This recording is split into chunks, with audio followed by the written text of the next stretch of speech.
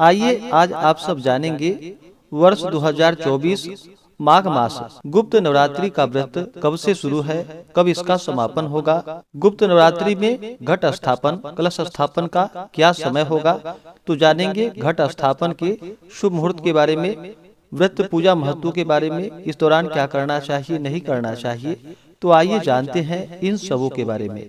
आप सभी भक्तों को माघ मास की गुप्त नवरात्रि की ढेर सारी शुभकामनाएं। आप सभी के जीवन में माता जगदम्बा की कृपा से आप सभी को सभी प्रकार के सुख और समृद्धि की प्राप्ति हो। नवरात्रि का व्रत वर्ष में 4 बार मनाया जाता है, 2 प्राकट्य नवरात्रि के रूप में और 2 गुप्त नवरात्रि के रूप में। प्राकट्य नवरात्रि जो कि चैत्र के महीने में और आश्विन के महीने में शुक्ल पक्ष की प्रतिपदा से लेकर के नौमी तिथि तक माता दुर्गा के 9 स्वरूपों का पूजन किया जाता है। और फिर गुप्त नवरात्रि के व्रत में जो कि माघ मास और आषाढ़ मास की शुक्ल पक्ष की प्रतिपदा से लेकर के नौमी तिथि तक 10 महाविद्याओं का पूजन किया जाता है।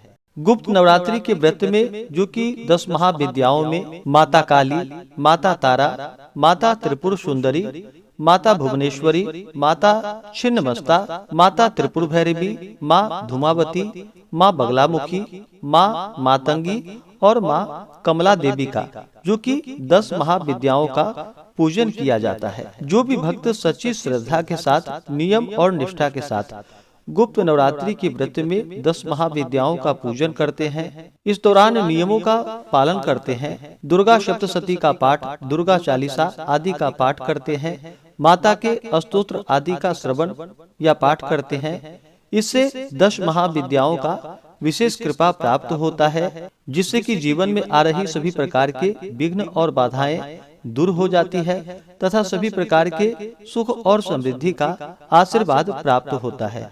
वैसे गुप्त नवरात्रि का व्रत जो कि तांत्रिक साधनाओं के लिए विशेष करके इस गुप्त नवरात्रि के व्रत को किया जाता है। इस बार माघ मास शुक्ल पक्ष प्रतिपदा तिथि प्रारंभ समय जो कि 10 फरवरी 2024 दिन शनिवार सुबह 4:30 और प्रतिपदा तिथि की जो समाप्ति है वह रात्रि 12:48 पे है। तो हमें शुद्ध रूप से सूर्योदय व्यापनी के अनुसार घट स्थापन के लिए जो समय प्राप्त हो रहा है वह समय जो कि 10 फरवरी 2024 दिन शनिवार को घट स्थापन किया जाएगा।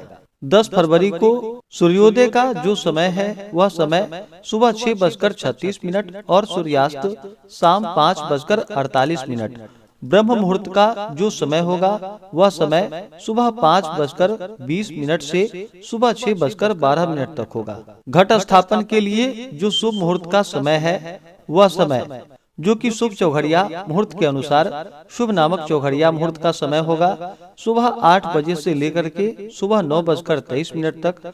उसके बाद चर, लाभ और अमृत नामक शुभ चौघड़िया मुहूर्त जो कि दोपहर 12:12 से शाम 4:24 तक होगा। उसके बाद फिर लाभ नामक शुभ चौघड़िया मुहूर्त के अनुसार जो समय है वह समय शाम 5:48 से शाम 7:24 तक। उसके बाद फिर शुभ अमृत और चर नामक शुभ चौघड़िया मुहूर्त होगा जो कि रात्रि 9:01 से रात्रि 1:48 तक होगा।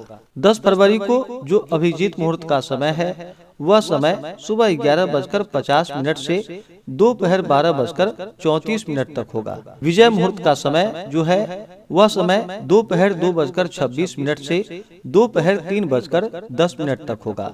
और 10 फरवरी को जो राहु काल का समय है वह समय सुबह 9:24 से सुबह 10:49 तक राहु काल का समय होगा। राहु काल समय के दौरान कोई भी शुभ कार्य या नया कार्य नहीं करना चाहिए, यह लाभप्रद नहीं होता है, इस बात का ध्यान रखें। 10 फरवरी को नक्षत्र जो कि धनिष्ठा नक्षत्र होगा रात्रि 8:34 तक। उसके बाद शतभिषा नक्षत्र योग जो कि वरियान योग होगा दोपहर 2:54 तक। उसके बाद परिघ योग तो विशेष प्रकार से जो कि सुबह के समय में जो मुहूर्त बतलाया गया है शुभ चौघड़िया मुहूर्त के अनुसार या अभिजीत मुहूर्त में आप घट स्थापन करें तो बड़ा ही पुण्यफलदायी होगा। तो जो भी घट स्थापन करने वाले हैं, घट स्थापन 10 फरवरी को होगा और पंचमी दिन दीप का जो दान करेंगे वह 14 फरवरी को, अष्टमी तिथि 17 फरवरी को, नौमी तिथि का पालन जो कि 18 फरवरी को किया जाएगा और 10वीं तिथि व्रत का पारण जो किया जाएगा वह 19 फरवरी को किया जाएगा। गुप्त नवरात्रि के व्रत में जो कि 9 दिनों तक 10 महाविद्याओं का पूरे विधि विधान के साथ पूजन करना चाहिए। इस दौरान जो कि शुद्ध और सात्विकता का पालन करना चाहिए।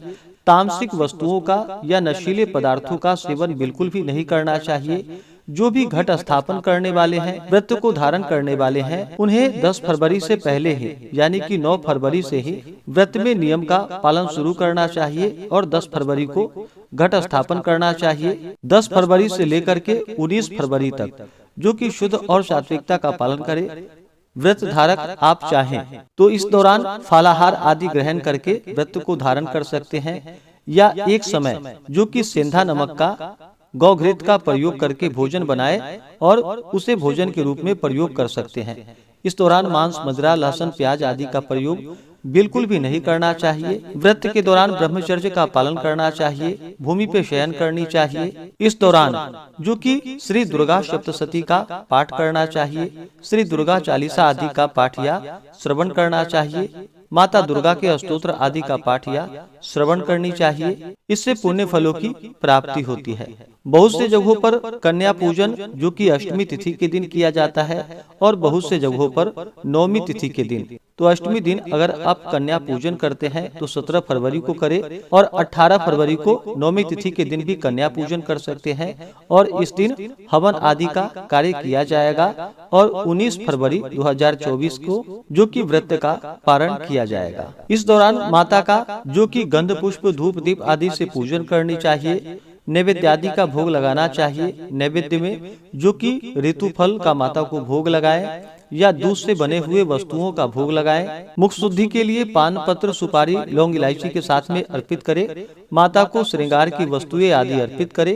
इससे पुण्य फलों की प्राप्ति होती है और 10 महाविद्याओं का कृपा प्राप्त होता है जिससे कि व्यक्ति के सभी प्रकार के दुख और कष्ट दूर होते हैं तथा सुख और समृद्धि का आशीर्वाद प्राप्त होता है। ऐसे ही ज्ञानवर्धक जानकारियाँ प्राप्त करते रहने के लिए चैनल पे अगर आप पहली बार आए हैं तो चैनल को लाल बटन दबा करके सब्सक्राइब करें, साथ में बेल आइकन घंटी को दबाएं ताकि आने वाली वीडियो का नोटिफिकेशन आपको समय से मिलता रहे।